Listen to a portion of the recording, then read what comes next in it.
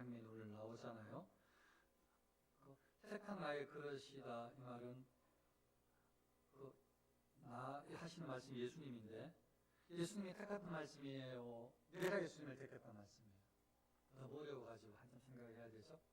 택한 나의 그릇이다 이렇게 이야기했던 것은 당연히 그죠. 당연히 예수님께서 택했다라는 뜻이죠.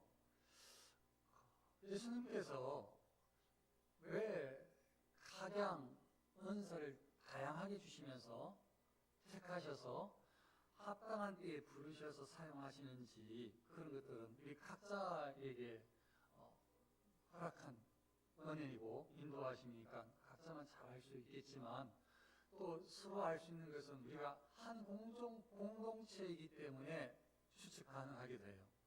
저는 무엇으로, 여러분은 어떤 직분으로 부름을 받았기 때문에 우리 같은 공동체 안에서 하나님께서 이렇게 참 다양한 직분으로 부르셨지, 이렇게 이해하면서 하나님의 뜻을 어느 정도 이해할 수가 있어요.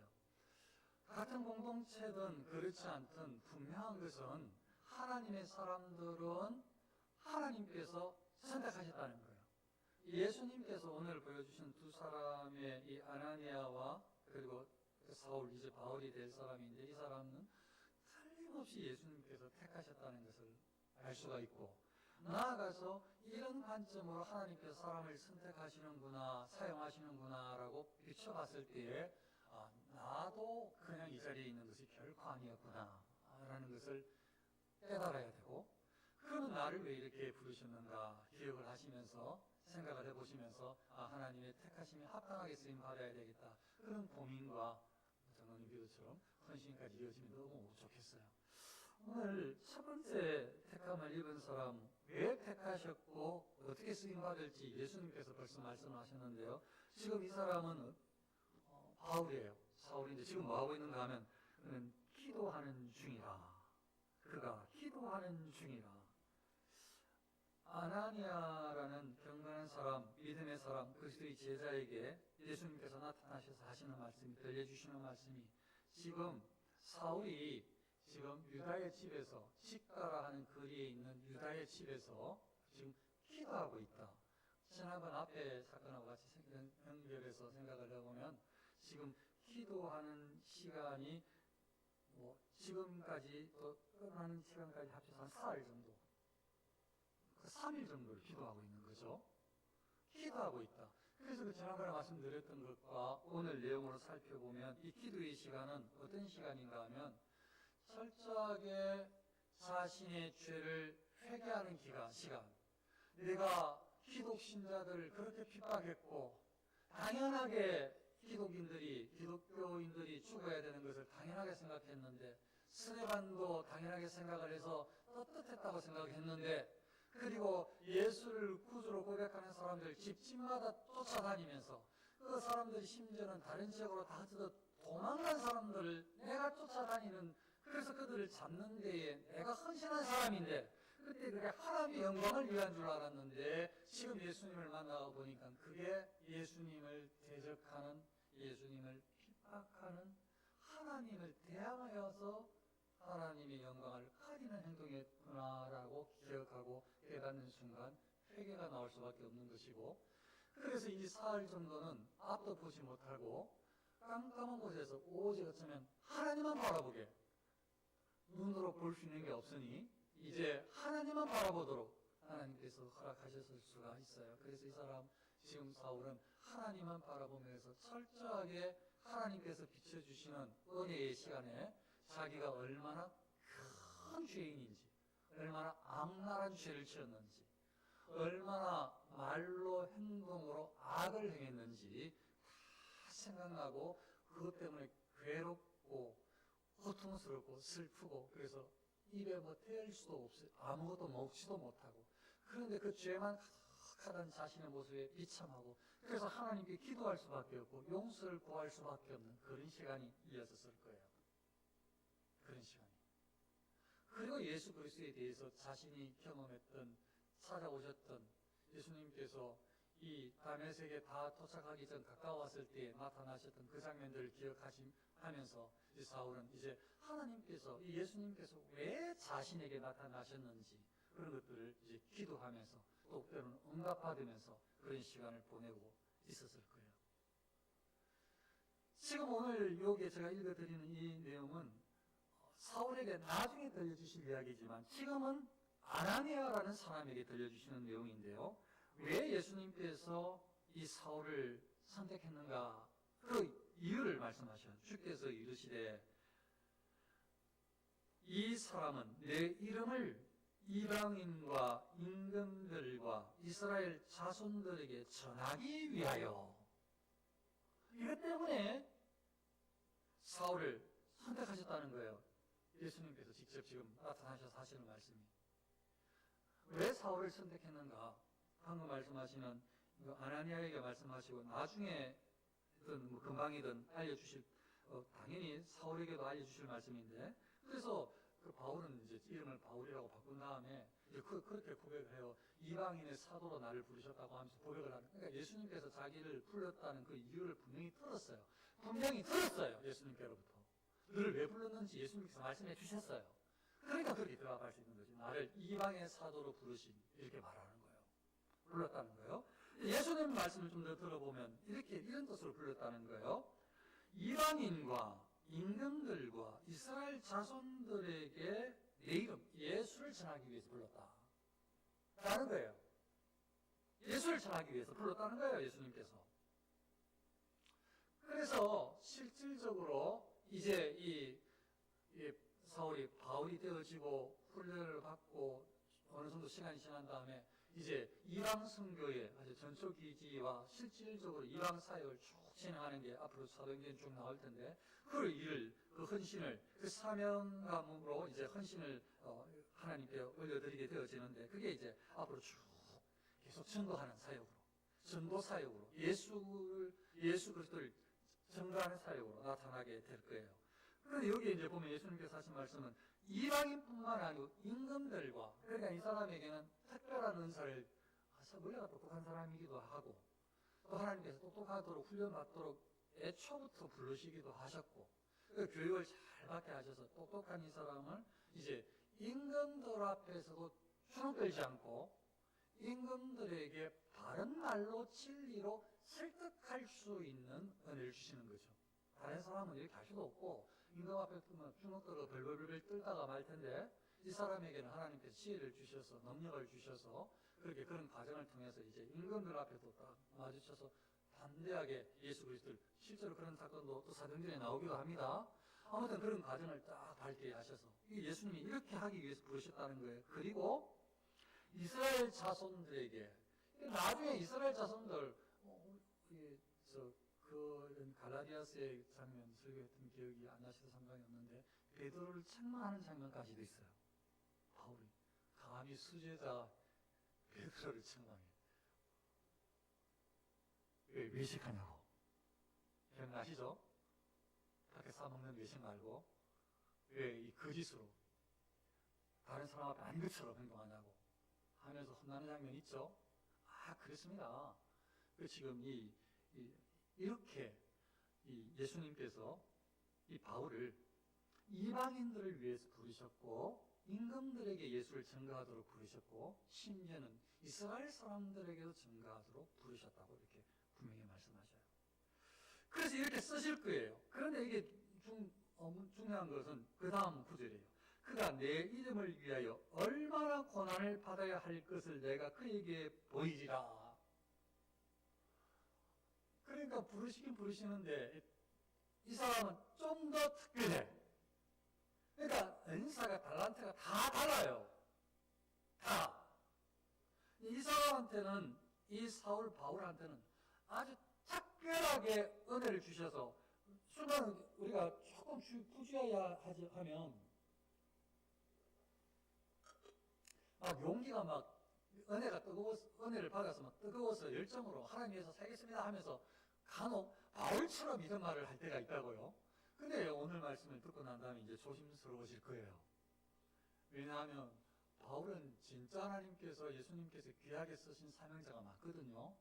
근데 그래서 이 사람을 얼마나 지혜롭게 썼는지, 맞아요. 신약 성경에 13권 정도, 14권 정도를 이렇게 이 바울을 통해서 다 기록하도록 하실 뿐만 아니고 얼마나 복음 사역을 통해서 기적들, 역사들이 일어나도록 했는지 몰라요. 그러니까 귀하게 쓴 것이 맞는데 이 사람은 그런데 뭐가 예수님께서 하시는 말씀이 내 이름을 위하여 얼마나 많은 고난을 받아야 될지를 내가 그한테 알려주겠다는 거예요. 그러니까 바울이 그냥 막 똑똑해가지고 막 복음 전하고 참 멋있게 화려하게 전하고 막 사람들이 막 엎어 죽고 막 기적이 일어나고 이거 장면이면 우리도 막 따라하고 싶은데 우리도 막 그러다 막 글 쓰면 뭐 다른 사람들이 이렇게 멋진 걸 하면서 수천 년 지난 다음에 놀라면 얼마나 좋겠어요. 그렇게 똑똑하면. 그런데 그렇지 않아요. 다 달라요. 예수님께서 하시는 말씀이 얼마나 고난을 많이 받을지를 알려주겠다는 거예요. 그래서 정말로 바울 사역에 얼마나 많이 맞았는지 온몸이 전부 상처야 상처. 옷 벗기면 전부 상처뿐이에요. 십자가의 흔적이라고. 너무 많이 맞아가지고 예수님 때문에 봉전가하다가 끌려가지고 그게 아주 심하게 많이 맞아서 마음에 하나 가만 뇌를 그냥 진짜 때려 죽이고 싶은데 그 규례상은 하나는 빼야 되니까 39대를 때리는 거지. 그게 한두 번도 아니에요 그게. 그러니까 그거 맞으면 그냥 거의 죽은 사람이 돼버리는 거지. 그러니까 죽은 줄 알고 내다 버리는데 살아있어. 그래 정신 차리고 살아가. 그러니까 온몸에 그냥 뭐 이런. 그리고 지나가다 강도 맞기도 하고. 강도가 그냥 내놔 해가지고 뺏긴 게 아니잖아요. 칼이 찔렸을 수도 있어요. 그게 제대로 만난 거지. 칼 본 거지 그냥. 칼 있는 거 돈 뺏긴 거는. 강도 만났다 하지만 그거가 강도 만났다 해서 막 칼 든 사람이 있더라 해서 돈 뭐 한 2,000원 뺏겼어. 2,000원 뺏긴 거지 뭐 칼 보고. 근데 제대로 하면 이놈 하늘 푹 찔렀는데 막 피나고 막 어떻게 할지 모르겠고 막 이런 거 아니겠어요? 적어도 그러니까 온몸에 그냥 상처 자국으로 가득한 거예요. 흔적이 있어요. 이 사람은. 이 사람은 어떻게 해요? 상당 기간 동안 감옥 생활을 했어요. 감옥 생활을. 평생을. 그러니까 너무 부러워할 것도 없어요. 인간적으로 보면. 이렇게, 물론 이 사람은 나중에 아주 하나님 앞에서 멋진 상복을 받을 거예요. 그건 분명합니다. 그러니까 쉽게 함부로 막 열정이 내 마음에 뜨거워졌다고 막 바울처럼 좀 조심하게 되죠, 이제.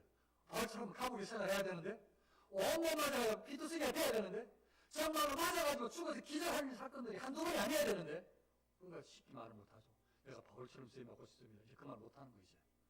너무 조심스럽지. 그러나 바울은 하나님께서 예수님께서 불렀어. 바울처럼이 아니라 늘 바울로 쓰실 거예요. 방금 말씀드렸던 그렇게. 하나님 영광을 위해서. 택한 그릇이요. 이렇게 쓰임받고, 이렇게 쓰시기 위해서 택하셨어요. 아주 멋지게 바울을 택하시고 쓰실 거예요.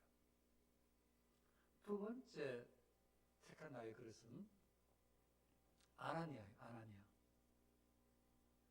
아나니아는 오늘 장면에 보면 그렇게 많은 이야기들이 추측할 수 있는 것은 아닌데, 그런데 검색을 해보고 이렇게 해보면, 찾아보면 이 사람에 대해서 좀 여러 가지 이유, 어떻게 이 사람이 인생을 살았는지 알 수가 있어요. 성경을 통해서도 알 수 있는 것은 이 성경에 여기 오늘 나와 있는 구절들로 통해서도 아나니아라 하는 제자가 있더니, 누가가 이렇게 지금 소개를 하고 있잖아요. 제자라는 거예요. 그러니까 예수님을 잘 믿는 사람이 있는 거죠. 그러면 이 사람이 지금 살아가는 자기 집은 어디에 있는가 하면 수리아 땅 다메섹이에요. 이란 나라죠. 예루살렘 유대 땅이 아니에요. 이스라엘 땅이 아니에요. 이방 나라 다메섹이에요. 그런데 그러면 그걸 이제 한번 이렇게 좀 추정을 해보면, 와, 이 사람이 다메섹 사람이란 말이지, 집이 다메섹이란 말이지, 그런데 예수님의 제자란 말이다? 이거 어떻게 된 것일까? 추정을 해보면, 이렇게 신앙생활을 잘하는 사람이 추정을 해보면, 이 사람은 유대인이요. 집은 그런데 다메섹이요. 그러면 이 사람은 유대인으로 디아스포라 유대인이겠구나. 그러니까 그 옛날에 이방 땅으로 가서 살았던 사람, 어떤 이유든지 간에, 돈 벌러 가서 살았든지, 아니면 끌려가서 사서 후손이든지 간에, 타 지역에서 살고 있는 유대 문화에서 그렇게 살아갔던 사람이구나. 그런데 경건한 사람이요. 하나님 앞에 신실한 사람이요. 그런데 이 사람이 그 이전에 처음에 이 초대교회, 이 앞선 수년 앞에, 수년, 몇 년인지는 모르겠지만, 4, 5년 전일지, 5, 6년 전일지는, 7, 8년 전일지는 모르겠으나, 오순절 다락방 성령의 역사가 일어나는 그때에,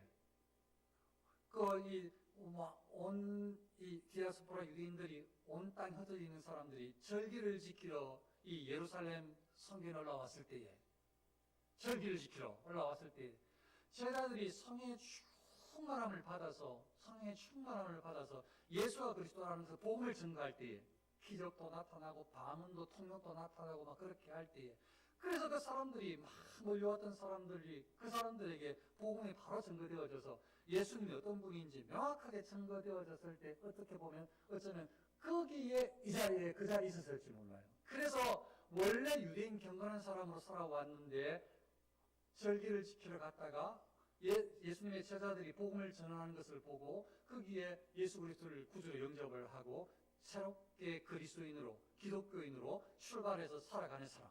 그래서 이 사람은 돌아와서도 기독교인으로, 유대인이지만 기독신자로 이 다메섹에서 생활해서 신실하게 생활했던 사람이라고 추측할 수가 있어요. 그리고 1921년에 아나니아의 칩이라는 것이 다메섹의 고고학자들이 발견됐대요. 아나니아의 집이라고. 1921년에. 여기는 아나니아의 집인데 집의 지하의 교회당으로 쓰는 장소, 틀을 발견했다는 거예요. 그래서 그거하고, 그리고 또 사료에 의해서 찾아보니까 이 사람은 다메섹의 기독신자들, 그 성도들에게 그들을 잘 신앙적으로 가르치는, 양육하는 감독이었어. 감독. 다메섹의 교회의 감독이었어. 그리고 또 다른 사료를 보니까 이 사람이, 나중에는 이 사람이 순교를 당해. 그리고 감독이 되었으니까 성도들 돌봤다는 말이니까, 이제 구구학자들이 찾은 그 아나니아의 집에서 발견했으니까, 이 지하의 교회로 만들어가지고 했겠구나라고 추측을 할 수가 있는 거죠. 이 아나니아를 하나님께서 어떻게 쓰시는지, 오늘 내용을 보면요, 예수님께서 어떻게 쓰시는지, 이 사람은, 좀 전에 이 사람을 어떻게 쓰셨을까, 그 과정은 제가 지금 방금 설명을 했어요. 이렇게 일선을 쓰셨을 거라. 그런데 그 내용 중에 한 사건으로 오늘 어떻게 쓰시는지를 보면요, 이렇게 쓰시는 거예요.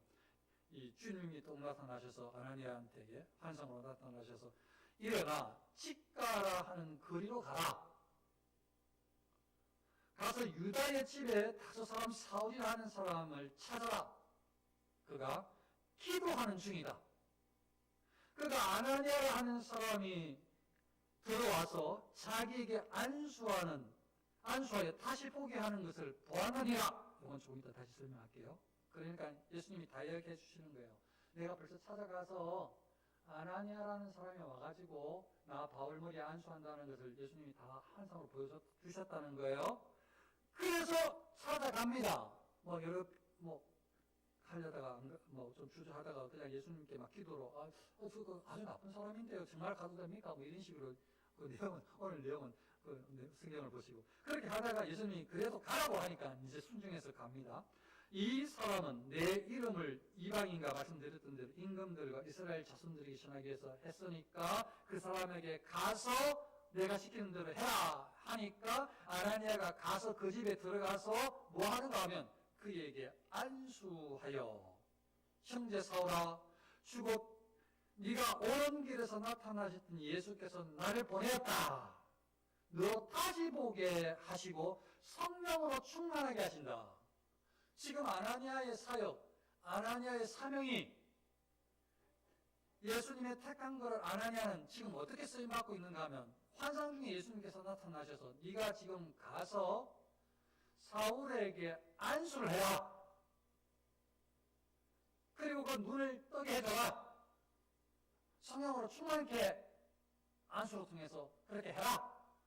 그리고 가서 그렇게 한 다음에 세례를 받고, 세례를 받으니까 바꾸니까 세례를 줬겠죠. 세례를 줘라. 그렇게. 그리고 나서 이 음식을 먹고 강건해졌어요. 자, 지금 방금 이야기했던 이 한 사건을 통해서 봤을 때에 아나니아가 한 게 뭐죠? 아나니아가 어떤 사람인가는 제가 설명을 다 했으니까 그건 일단 놔두고, 지금 오늘 장면에서 아나니아 한 거는 뭐죠? 바울에게 찾아가가지고 안수했어. 성령의 은사를 안수를 통해서 또 하나님께서 역사해 주셨어. 기적이 일어났어. 눈을 보게 했어. 세례를 베풀었어. 바울을. 세례를 베풀었지. 누가요? 목사가 세례를 베풉니다. 성도들한테. 안수를 누가 해요? 목사가 안수합니다. 성도들한테. 아무나 안수하면 안 돼요. 목사가 안수합니다. 자기 성도한테. 그 기적을 통해서 예수님을 증거했어요. 한번 생각해 보세요. 예수님께서 아나니아 없으면 못 하시는 일입니까? 아니, 눈 멀게 하신 예수님께서 눈 뜨게 못 하십니까? 내가 지금 3일 동안 기도했지, 내가 뜨게 해줄게 하면서 기도했더니 뭐 비늘이 떨어진다 하면서 보입니다 주님 할 수도 있는데, 근데 왜 아나니아를 보냈겠나 이거예요. 아나니아의 사명이 그래서 그래요. 교만하지 못하도록. 바울한테 혼자 내버려뒀으면 순간순간 얼마나 교만이 일어났겠어요. 나는 예수님이 나한테 직접 찾아왔어. 나는 예수님한테 환상을 들은 사람이야. 그리고 나는 내가 기도했더니 내 눈까지 띈 사람이야 하면서 얼마나 사랑했겠냐고요. 근데 겸손하도록 아주 한 사람으로 하나님께서 쓰신다. 아나니아가 너에게 안수해야 돼. 아나니아가 너에게 기도하게 할 거야. 아나니아가 기도함으로 네가 성령의 은사를 입도록 할 거야. 이해되셨죠? 하나님께서 하시는 방법. 다 똑같은 일을 하는 게 아니에요. 다 달라요. 하나님께서 다 하실 수 있지만 우리를 다 사용해서 하세요. 그래서 아주 작은 부분부터 큰 일이든 무슨 일이든 다 필요해요. 그래서 교회로 부르시는 거예요. 내가 할 일이 없는 사람은 아무도 없어요. 안 찾았을 뿐이지. 아나니아한테 그래서 얼마나 앞으로 겸손해지겠어요. 아나니아의 사역 어쩌면 저는 확신컨대 요 사울에게 일정 기간 동안 예수가 그리스도다 복음에 대해서 가르치는 스승의 역할을 했을 거예요. 감독이라고 했잖아. 감독인데 뭐. 다메섹 지역의 감독인데, 최고 목사가 감독인데 뭐. 그러니까 요 사울을 가르쳤어. 어떻게 보면 아나니아가 교만해야 돼. 아이 바울 그 친구 내가 안수해줬어. 아이 바울 내가 축복했더니 성령 은사를 받더라. 그 똑똑한 어릴 때부터 떡잎을 다 알아봤어 내가. 사람이 교만하려면 아나니아가 교만해야 돼. 근데 아나니아 그런 사람도 아닙니다. 그런데 아나니아는 하나님 앞에 승인 받는데 이런 과정에 특별하게 이렇게 사울을 바울 되게 하는 과정 가운데 그 기간에 이렇게 쓰시네요. 예수님께서. 아나니아는 택한 예수님의 그릇. 우리는 뭐냐? 그렇죠? 우리는 뭐냐? 우리도 예수님의 그릇이에요. 택하셨어요. 아나니아처럼 안 택했을지는 모르고 바울처럼 그렇게 살라고 부르지는 않았을지는 모르지만 분명히 우리에게도 부르신 이유가 있어요. 그걸 뭘로 찾아야 되느냐? 아나니아와 바울은 환상을 통해서 예수님께서 너를 부르신 이유를 말씀해 주셨어요. 너를 이렇게 부르셨다. 다른 말로 말하면 이 아나니아와 바울 편에서는 예수님과 기도 중에 나타나셔서 말씀하시니까 대답하고 이렇게 기도 중에 예수님은 환상을 통해서 보여주시고 말씀하시는 거예요.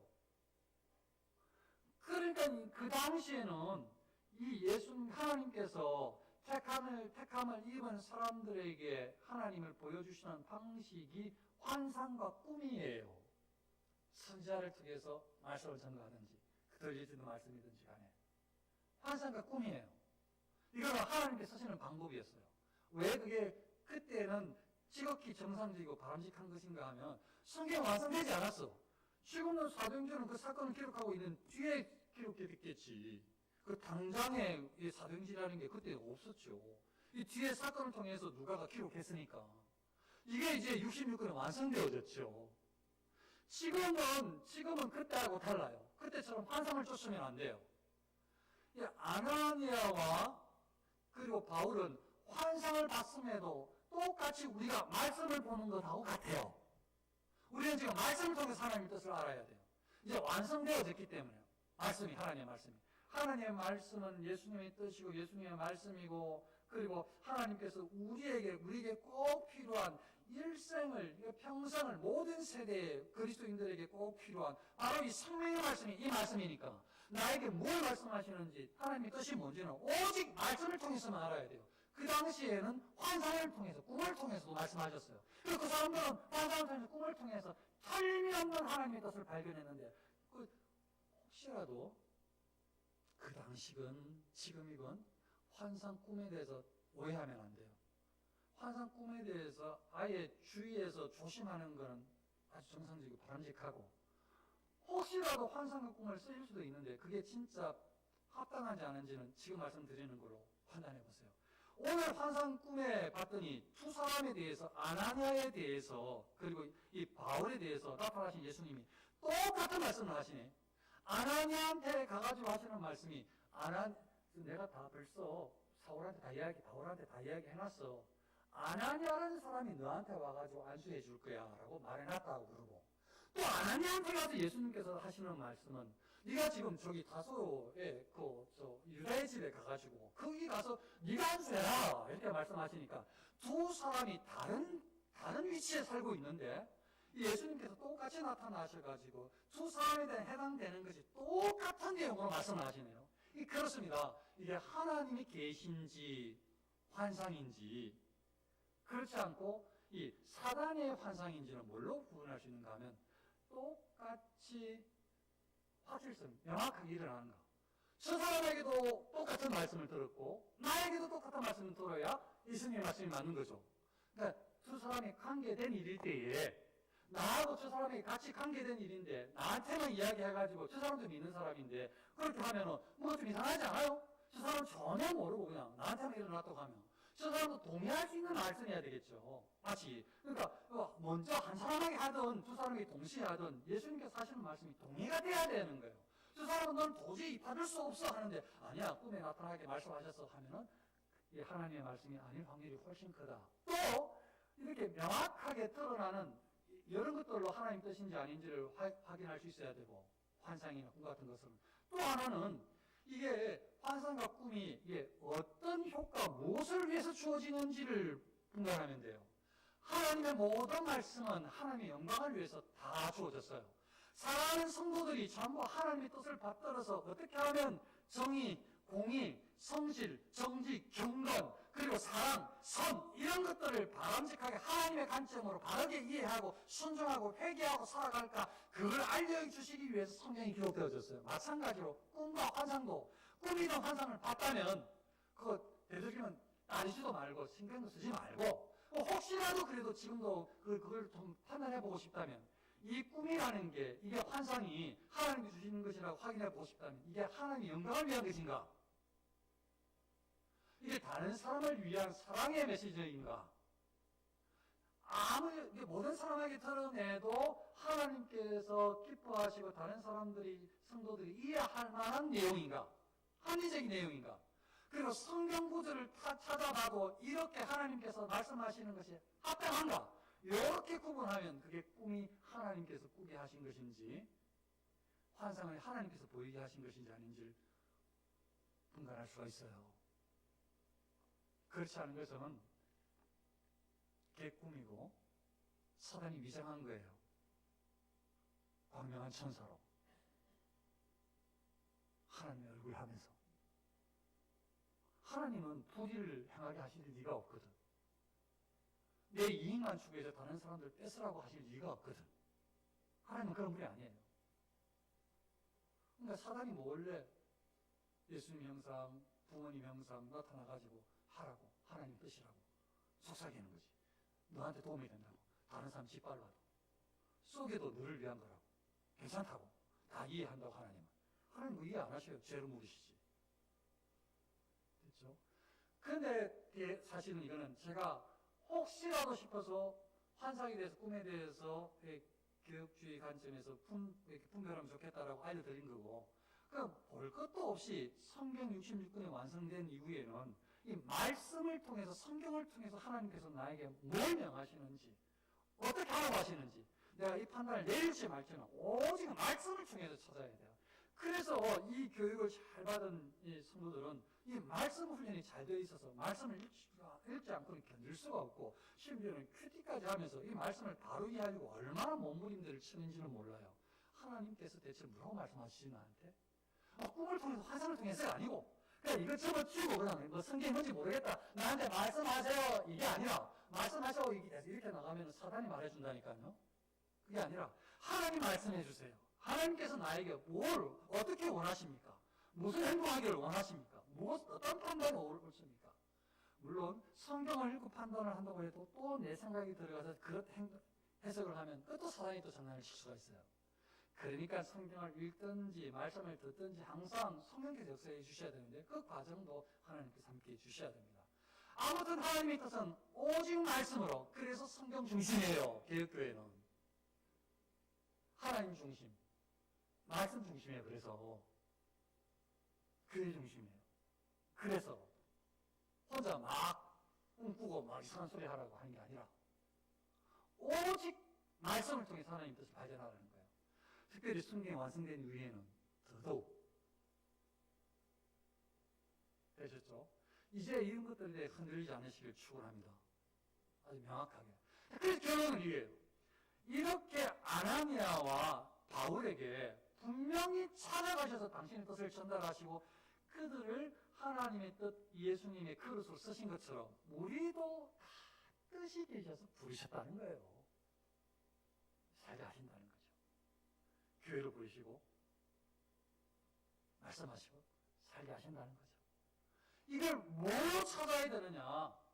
말씀을 통해서 찾으시고, 이 설교를 통해서 찾으시고, 말씀을 읽으시면서 찾으시고, 여러분들에게 부여해 주신 재능, 달란트를 보고 찾으시고, 여러분들이 할 수 있다고 생각하는 그 가능한 그 어떤 개연성을 보고 찾으시고, 그래 할 때에 성경적이고 또 하나님께서 기뻐하실 일이고 또 많은 하나님께서 충성스럽게 헌신할 많은 일들이고, 그런 것들을 찾아서 하실 때에 하나님의 이 아름답게 쓰임, 하나님께 아름답게 쓰임받은 주님의 그릇으로, 하나님의 선택받은 사명자로 쓰임받고 영광 돌리게 될 줄로 믿습니다.